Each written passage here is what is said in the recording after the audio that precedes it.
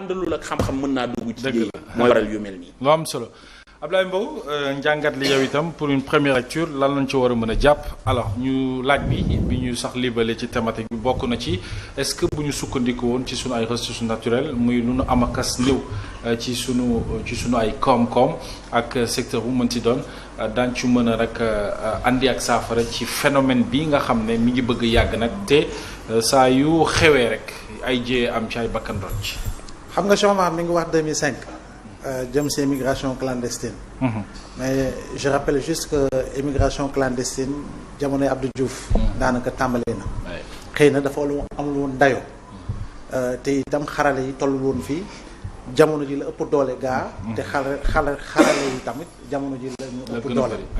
donc de ce point de vue là il faut ñu comprendre une chose. xam nga dans le milieu du terrorisme. jeune bu ñu ko endoctriné on parle de radicalisation. mais tey jii nii dans le phénomène de l'immigration clandestine itam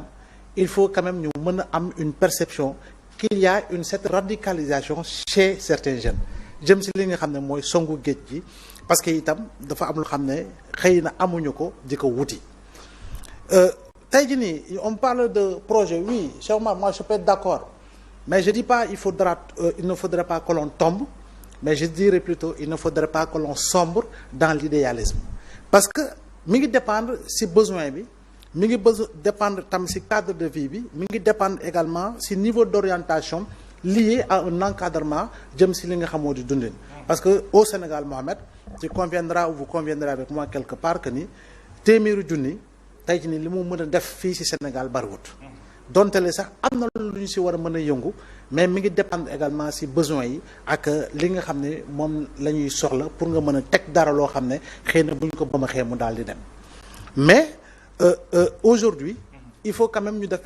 une autre lecture tey jii ni yaa ngi wax ndaw yi di dem mais am na ñuy yegg te lu ci yegg moo gën a néew parce que lay faatu ci géej gi moo ëpp fop parce que pour moi l'immigration clandestine c'est aller au suicide mais gis nga ñay yegg Mohamed ñoo ñooy yëgal ñi fi nekk yegg nañu te mën ngeen ñëw dugg ci parce que itam dañoo jóge ci pandémie ak coronavirus États-Unis ak Europe lu ñu perte ci bakkan dafa bari te loolu itam ñoom soxla nañu renouvellement boo xam ne amaan main d'œuvre la te main d'œuvre boobu gis nga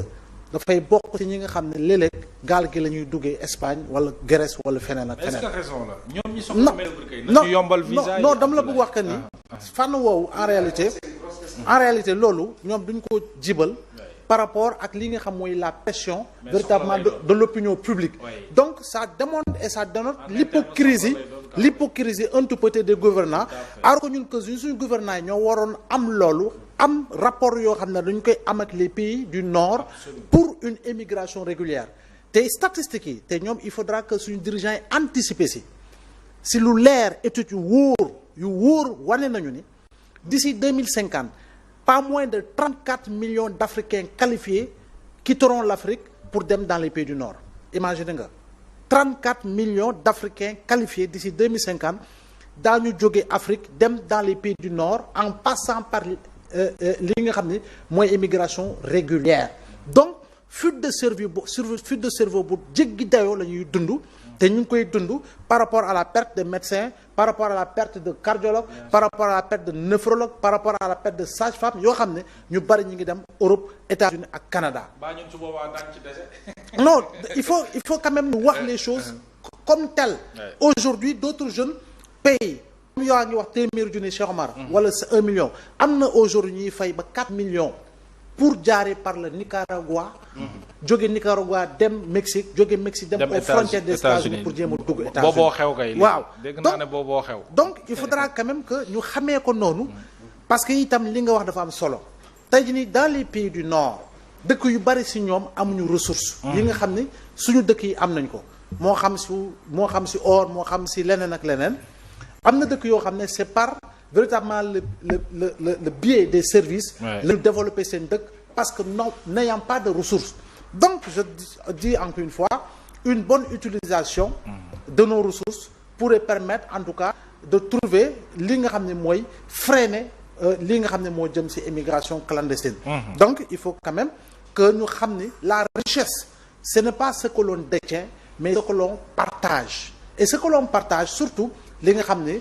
askan wi daf ko am moom donc war see mën a gis boppam donc ñu lu ñu am lépp defe naa ni war nañu mën a am liggéey goo xam ne dañu ko jëmale ci ndaw ñi parce que tous les pouvoirs qui se sont succédés à la tête du pays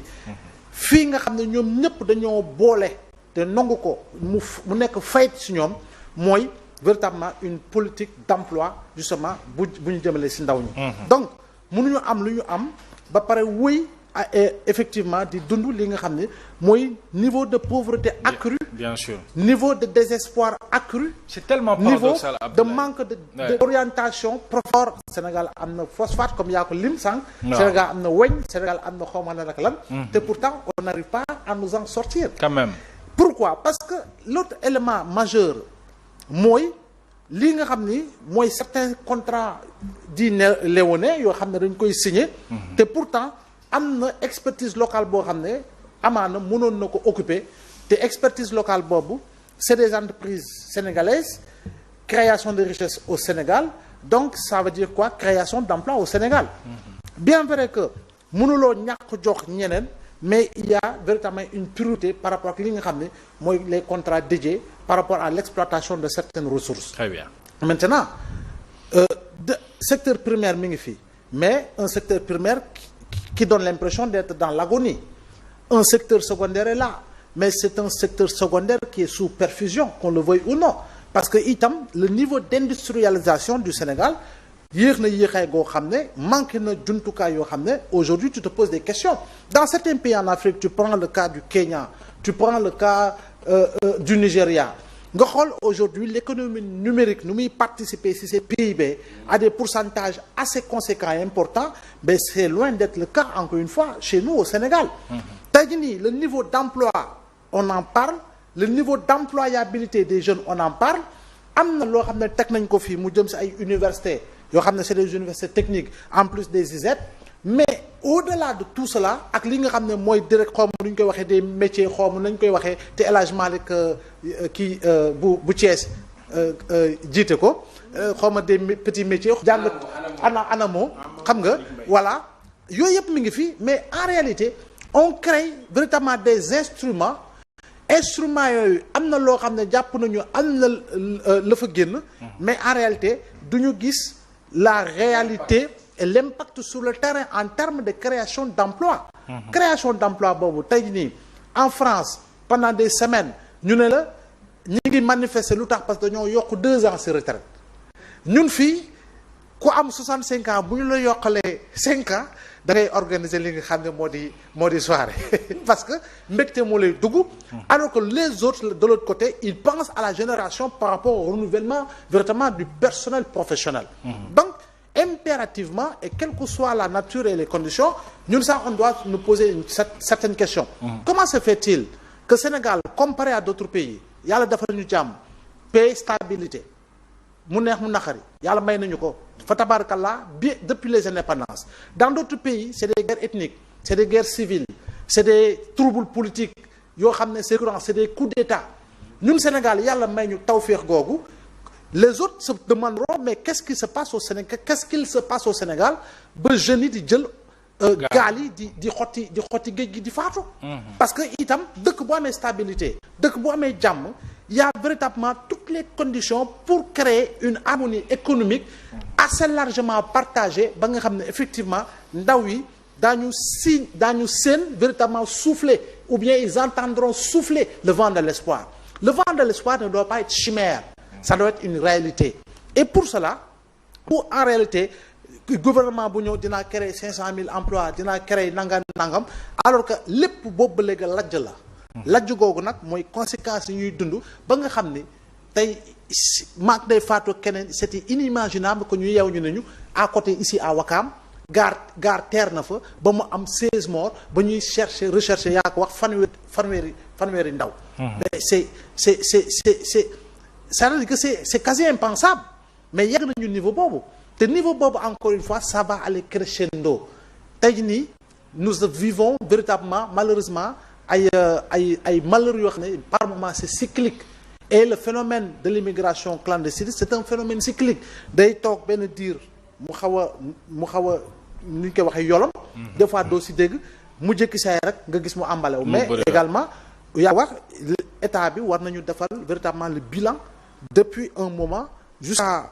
un certain moment mais lan la ñu perte en termes véritablement de bras économique jëm ci émigration irrégulière bi. am na solo Abdoulaye Mbow alors Ndeye Fatou beneen information ndax gouvernement bi mi ngi woon amal ak jotaayu ak taskatu xibaar yi doon addu sur justement la question alors wax nañu ne actuellement des migrants sénégalais ñu nekk ci ay états critiques daañu leen rapatrier